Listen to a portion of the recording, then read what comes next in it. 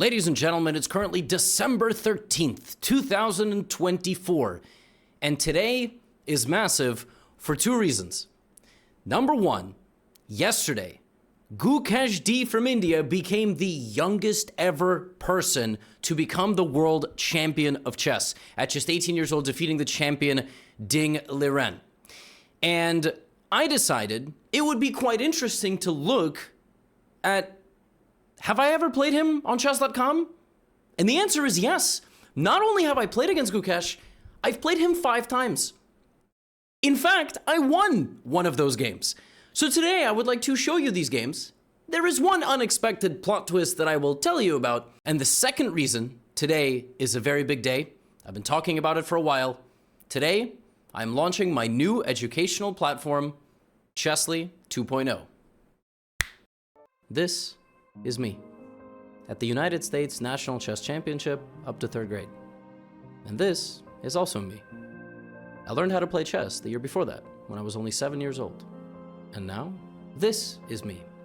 I'm 29 now. I've been playing chess for 23 years, and I've been teaching it for 15. To put that in perspective, for over half of my entire life, I have tried to make chess more accessible, fun, and less intimidating to people of all ages and levels. And for the last 4 years especially, I've been blessed with the best community on the internet. We've got nearly 6 million subscribers and over 3 billion views. But I don't just want to entertain you via chess. I want to transform chess education forever. Back in 2020, I sold courses via a PayPal donation and a Dropbox link. Then in 2021, that became GothamChess.com, a course hosting platform where you got videos and a PGN. And from there, Chesly was born. My team and I built an educational chess website from scratch. There were many new courses and features, like drills, quizzes, the Levi bot, and more. But I always wanted to make it better. And now, we did. Say hello to Chesly 2.0.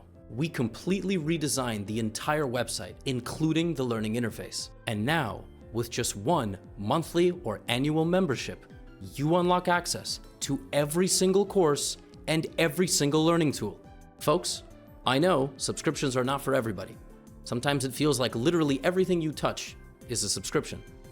But we did this for 2 main reasons, and I hope you'll hear me out. First, this may not be a factor for you, but we heard from many users that courses were expensive, and people struggled to decide which course to buy in such a big selection. And because courses were expensive, we would stuff them with value. Some courses were over 20 chapters and had thousands of exercises, which made completing them difficult. And if you don't complete a course, why would you get another one? And second, I wanted to build a platform which made chess learning fun. And on Chesly 2.0, we're doing that through XP, leveling up, achievements, leaderboards, and more. But you can't do most of this if people only have access to 1 or 2 courses. Now, if you ever bought a course from me before, listen up. This is for you. First of all, if you ever bought a course on Chesly 1.0, you maintain access to that course forever on the legacy platform. And you also get a discount on the new platform. Now, we've already emailed you all of this information. Please check your inbox, check spam and promotions. And if it made it into your promotions, can you please drag it to the inbox for us so that future emails make it in the right place? And if you somehow never got an email, send us one. Folks, I truly feel like Chesly 2.0 is the best and most cost-effective way to learn chess as a beginner and intermediate player. And you don't have to get a monthly or annual membership, but promise me you'll at least give it a try for free. Thank you all so much for your support over the last 4 years. Whether it's just being a positive person in the comment section to purchasing all the courses and every single Gotham product that exists, I value each and every one of you. And this community wouldn't be the same without you. Chesly 2.0 is here. Now let's get back to the video. Folks, I know that was a longer ad read than normal on this channel, but I'm extremely proud of what we've put together. As I said, if you are a course owner, you will be getting an email today. It might take up to 6 hours because those emails take a long time, but give the platform a try. And like I said, you will always keep any course that you bought on the previous platform. Now, let's talk about Gukesh. And as I told you, there is an unexpected plot twist in this first game, which I will reveal when it is over. Gukesh played e4. I played the French. I like a lot of, different openings. In this game, I chose the French, but the game got weird really quickly. By the way, he faced the French in the World Championship. Just saying, you know, destiny. This game got real weird real quick. Like here, what you're supposed to do with white is you're supposed to play c3. By the way, the French will be on Chesly. Every opening course that you can imagine will be on Chesly. F4 is what Gukesh played, which, you know, is a move that really confused me, but I guess he wants to play knight f3 and have a lot of space. I played f5, which is, again, it's an online game. You kind of play strange moves back and forth. We both developed our knights, and he made a big center. And here I played bishop e7. I played bishop e7 because my other knight is actually going to go to the f7 square, developing like this. And here I figured, well, you know, I will attack the center with g5. Now, Gukesh here played a super weird move, which was bishop g1, which I think he was trying to castle, but because he had his bishop already selected with the cursor, it went back to the g1 square. Hey, listen, that's what happens when you play online. And our game got really spicy. He took my g-pawn, I took in the center, and then I played queen b6, targeting his queenside pawns. Gukesh defended. I developed my bad French bishop to the d7 square, looking for knight b4 and rook c8. Very nice counterplay opportunities for me. Gukesh went here, and now started going a little bit wrong. He actually allowed me to create counterplay, but I think even back then I was a little bit scared of him, so I went back, which is just a terrible move. Gukesh plays h4, securing his pawn, and I play knight b4, trying to create some play, and Gukesh castles queenside, and this is a major mistake. Gukesh has made a major mistake. He should have probably moved the bishop back, but he probably didn't like that my bishop was arriving. He probably felt castling this way was not good, but it's actually totally fine because he secures the position quite nicely. And when he castled, I managed to hit him, not physically, with knight takes a2 check. And all of a sudden, he cannot take back with the knight because my rook is pinning the knight to the king. He goes king c2. I fly in with my light squared bishop. He's got to run to the middle. I grab a pawn, king e1, and as you can see, everything in white's position is absolutely falling apart. I take his knight with check. Bishop d1, knight back to b4. He tries to sacrifice material, but he's down 8 points of material already. And I just maneuver my knight to the center of the board. He creates some counterplay to his credit. my king goes for a spiritual journey to d8, c7, b6, and a7. And slowly but surely, I convert the game, although I also mouse slip, and I actually intended to put my queen here. And I managed to win, and I took a lot of his pieces, and ultimately, he resigned. Now, I told you after this game I would reveal something. What's funny about this game is that I played this game in 2018. Why is that important? Because Gukesh was born in 2006 in May. I beat Gukesh when he was 11. And not only did I beat him when he was 11, I was completely lost after like 14 moves, and I got really lucky. And the next plot twist is that this was a bullet game. And now I will proceed to show you how I have been clobbered by Gukesh every single game that we have played since this game. I've played him 5 times. I didn't know that. I didn't remember that. But when I went to chess.com, it allows you to look at your history, and I was flabbergasted. So here is the next game that I played Gukesh. Already he has a higher rating than me. I think this is maybe a year later. He's already 12. Keep in mind, Gukesh is the 3rd youngest person to get the Grandmaster title in history. All right, like, it's bananas. So I played e4, c5, and I played my line a3. This is in my e4 course on Chesly, and it's a very poisonous little system where you try to gambit your b-pawn with some creative attacking ideas. Yeah, Gukesh played one of the most annoying lines. Like, the thing about being a child prodigy, and then a Grandmaster, and then a freaking world champion. But by the way, I beat the world champion. By the way, I'm just saying, I know he was 11 and it was a 1-minute game, but I'm going to take what I can get, because right now he would slaughter me. And, you know, part of being such a good player is knowing all these different openings. And Gukesh was so good even back then. Look at the move he plays here, g5. This is a gangster move. This dude is 12 playing like this, or 13 when I played him in this game. g4, trying to attack me, bringing his bishop here. And he immediately put the knight in the center. He had a better position after 8 moves, which is absurd. You know, I developed bishop g7, and then I gambited my pawn in the center of the board because I have no way to protect it. If I play queen e2, he plays knight f4. So it took me 11 moves to be losing against Gukesh the next time that we played, which is very funny. Then he played d6, he put the knight on c5, and he started attacking me with his G pawn, and then he started attacking me with his F pawn. I mean, this is destruction. It's kind of crazy how much of a glue there is between all of his central pieces. You know, I have to go to D5, and he literally traps my bishop in the center of the board. That's not supposed to happen. Now, I'm a fish, right? So I get creative. I play F4. That's a pretty good idea, because if he takes en passant, I bring my bishop back. And if he takes this, then, I don't know, maybe I can do something. But he goes here, and my bishop is just trapped. Now, I do manage to get away with my bishop, because his king was pinned. He couldn't take my bishop because of the pin. But then he goes here, and now I'm forked. And yo, I am getting beaten this game like a child. Not like in chess. Like, as if I've only learned to play chess like last week, okay? Not like that. All right? Like, this feels like a kid trying to fight his dad, and Gukesh is my dad. Like, this does not feel good. He then plays D3. Yo, this dude is beating me with 2 pieces.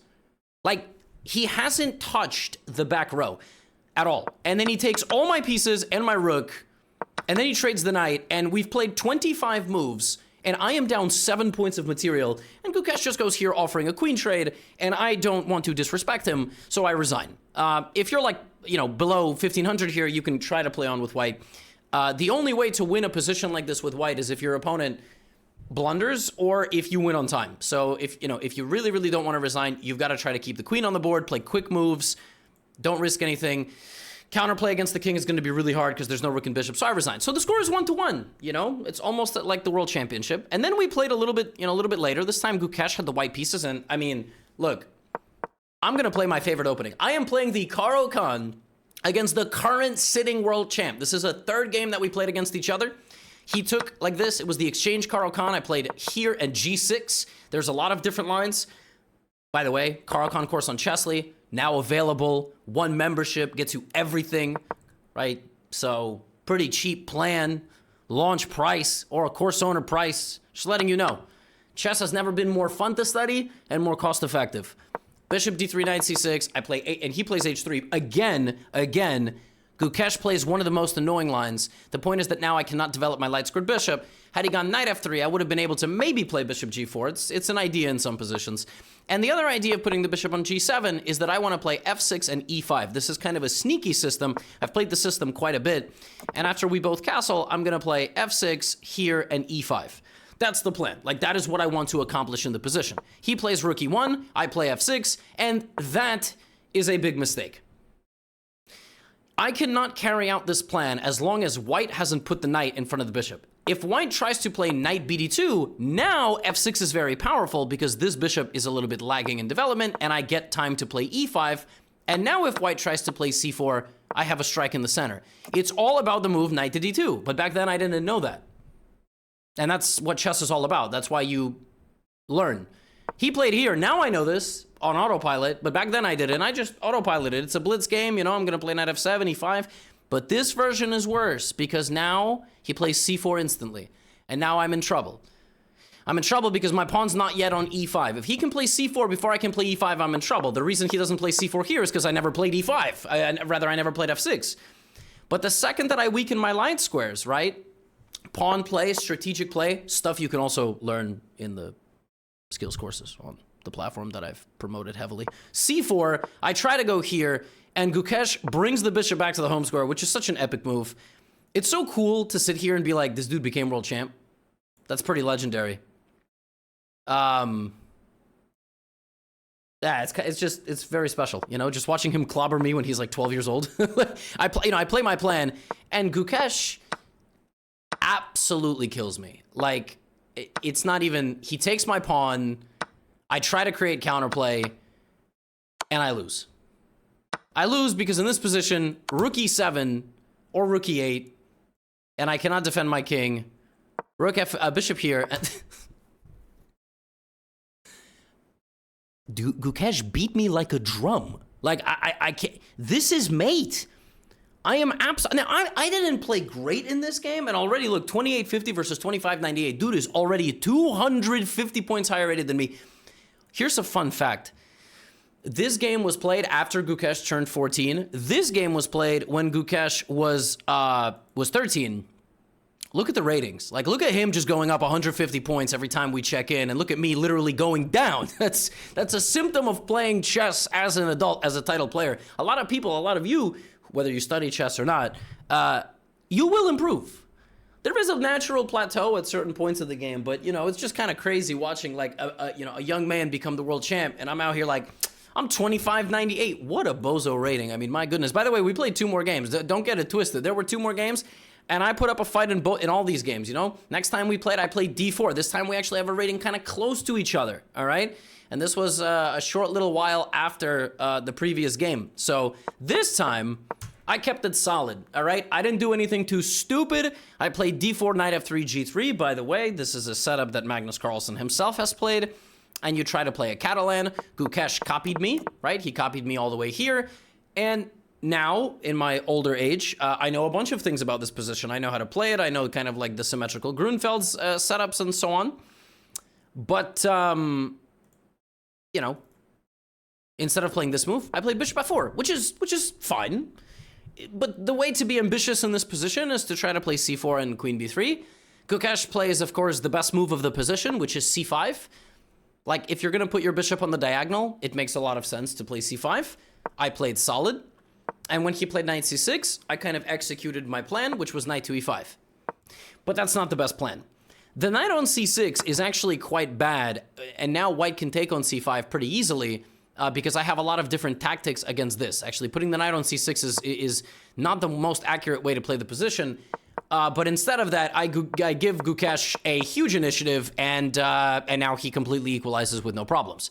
But the good thing for me is the position is equal-ish, and every time in the previous games, which I didn't remember that I played, but every time in the previous games that I get kind of a complicated position, Gukesh is really, really sharp and tactical and very clever, and this position is not really demanding that. So I played Knight F3 because I saw him targeting my knight, and here I was like, well, I'm going to get rid of his bishop. I think Bishop H6 is quite a reasonable move. Now, Gukesh quickly plays on the side where he has more space. It's a smart decision. He's trying to attack me over there. I trade, and I try to get rid of his bishop. And now I think I have a very easy plan. I'm going to play F3 and E4. I'm putting up a good fight. He goes here, and here we go. And here we go.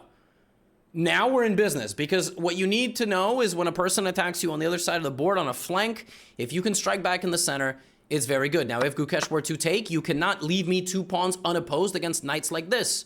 It's not going to work out very well. So this game, I'm playing the strongest Gukesh I have played to date, and I'm playing pretty well. I notice he wants to go G5. Okay, so I slide my king to H1, anticipating the attack. And when he goes here, what I should have done in this position is I should have taken on D5, brought his bishop there, right, because I'm attacking it. Of course he can take, but then I take his bishop. And then I play F4, defending the bishop with the knight, right, which is now protected over there. Instead, I did it this way. And the reason why this doesn't work is very subtle. It doesn't work because now when I fork him in the center, he goes here. And now he can sacrifice the knight for the pawn with an advantage. But he misses it, and now I am winning against Gukesh. So he obviously believed my idea. Now my queen is coming to the party. I played it like this, which was a bad move. I should have actually played queen e3 and activated the queen like that. But look at this. Your mans is not dead, all right? I just got clobbered in 3 different games and completely embarrassed. But we're going to fight back. The queen is active. We've got a great position. E6. And here, by the way, I can play queen g4 check. I miss it because it's, I'm playing fast. But now Gukesh is creating counterplay. The second I give him an opportunity to create counterplay in the center of the board, he does it. Now, here I play a very bad move. This is not a good move. It's only opening up the rook for him. Now, I bring my knight to the game, and it's still fine. But I should have probably not done that. I should have probably pushed and then done that. But fine, knight d2, e takes d4. And now it's a very tense moment because my king is also not feeling too safe. I have to do this correctly. I give a check, but that's not a good move because I force his king here. And the move here to be better was queen c5 because it attacks the knight and tries to win the pawn back. If he takes, I can always take with an attack on the queen. So queen c5 was the move. I mean, that's a tough move to play. And I got to tell you, I probably thought I did not have a good position here. And suddenly I'm a pawn down. But it's still complicated. And Gukesh blunders. And now I'm much better. Rook d1. I have a winning position against Gukesh. This is crazy. Knight takes e4. I grab the queen. I'm winning. Knight to e5. Rook e7. I'm completely winning. Knight d2. He forks me. Now what do? I have a hanging rook, a hanging bishop. That's hanging. What do I play? I panic. And here I miss that my bishop can go counterattack. Then I move my rook. Instead I go here. And now I'm no longer better. I thought he caught me. He didn't. King g1. Now it's equal, but you know what's going to happen against better players when you get into a time scramble? They're going to outplay you. And Gukesh suddenly, out of nowhere, wins my pawn. That was not supposed to happen. And it was close, but the better player prevailed in the end. He grabbed my bishop and took my final pawn. And then I, have to play the game out a little bit. He gets a queen. And I resigned. Oh, but I was close. I was close. I was close, but I thought he tricked me. And our most recent game was actually played not too soon, not too far after that. And Gukesh doesn't really play online that much anymore, which is fascinating. But yeah, next time he had white. And again, I played a provocative system. I played a system where I kind of gave him the whole center. And I played like this. I was playing the hippo. I played the freaking hippopotamus against the future world champion. I locked the position, and the hippo is actually a very nice opening because it gives black, it's a nice opening, I think, if you're a bit more advanced, because you get an easy-to-play game that's not easy to, penetrate the position. I would not recommend this for beginners because it's lack of space, and, beginners want to develop their pieces and stuff like that, but for an advanced opening, it's actually kind of nice. And Gukesh, played it quite slowly, gave me sort of everything I wanted here, but I shouldn't have taken. I mean, when we get here, I should play g5 and kind of take a little bit more space. I make one positional mistake, and Gukesh immediately takes over the initiative, and now he's trying to play for c5. So in these types of opposite side attacking positions, which is, I'm trying to go here, he's trying to go there, if you arrive first, it obviously matters more if you have a king there. Like, he has a king here, but look at where my pieces are all back here. And his pieces are, on the third, right? They're trying to be a bit more aggressive, a bit more active. And the second Gukesh plays c5, I am in a world of trouble. I do have a time advantage, but it's not going to serve me well at all if I'm going to lose. So I take, he chops down the pawn on d6, knight takes d6, he's now won a pawn. Gukesh treats me when we play like a guy who owes him money and hasn't paid him for a year. He just, give me the money. Where's the money? You know the Family Guy clip? Where's my money? You know what I'm saying? Knight b4, bishop a6, takes. And he just, look at this. I'm getting clowned on. This is the Fortnite equivalent of using the shotgun and then, doing a little dance. This is, Gukesh is Fortnite dancing on me. This is kind of fun to watch because he's the world champion now. And he was beating me when he was, 13. He played queen c4, I resigned because my knight is trapped. It cannot move anywhere without getting it can't even be defended. It's just dead. It just falls off the earth while all these pieces completely stand here, and he's gonna go d7. So the score is the score is 4-1 Gukesh. All right, he's won 4 out of the 5 games that we've played, and in 3 of those wins, he picked me up by the leg and kind of threw me around. And then in one of them, I put up a good fight. So he doesn't play too much online anymore. He focuses primarily on classical chess. And, it's obviously working out because he's the world champion. But maybe one day in the future, we'll play some more games. And I'll try to put up a better fight. So I thought this was fun. And, there's a lot of players in the young generation now who I've had an opportunity to play against when they were younger. Like Firouzja, I've beaten 11 times, 12, 13, I don't know. But most of those wins we're in 30-second chess. So it's just kind of hilarious. I get to play these kids when they're 9, 10, 11, 12, 13, and then they, grow up to be 2,800 level players, and I'm interviewing them at the candidates and stuff like that. So, yeah, just kind of cool, kind of special. And looking forward to seeing Gukesh in person again. I saw him in Toronto for the candidates tournament. Massive congratulations to him and all the Gukesh fans out there. And December 13th is also big because Chesly is here. So a friendly reminder, if you're a course owner, you're going to get an email later today. And if you haven't gotten it, in 6 to 7 hours, you can send us a note. You will always keep any course you got on the previous platform. And give Chesly a shot. Just give it a shot. Like, you don't have to become a member, but I would really appreciate it if you gave it a shot. I think you'll enjoy it very much. That's all. Get out of here.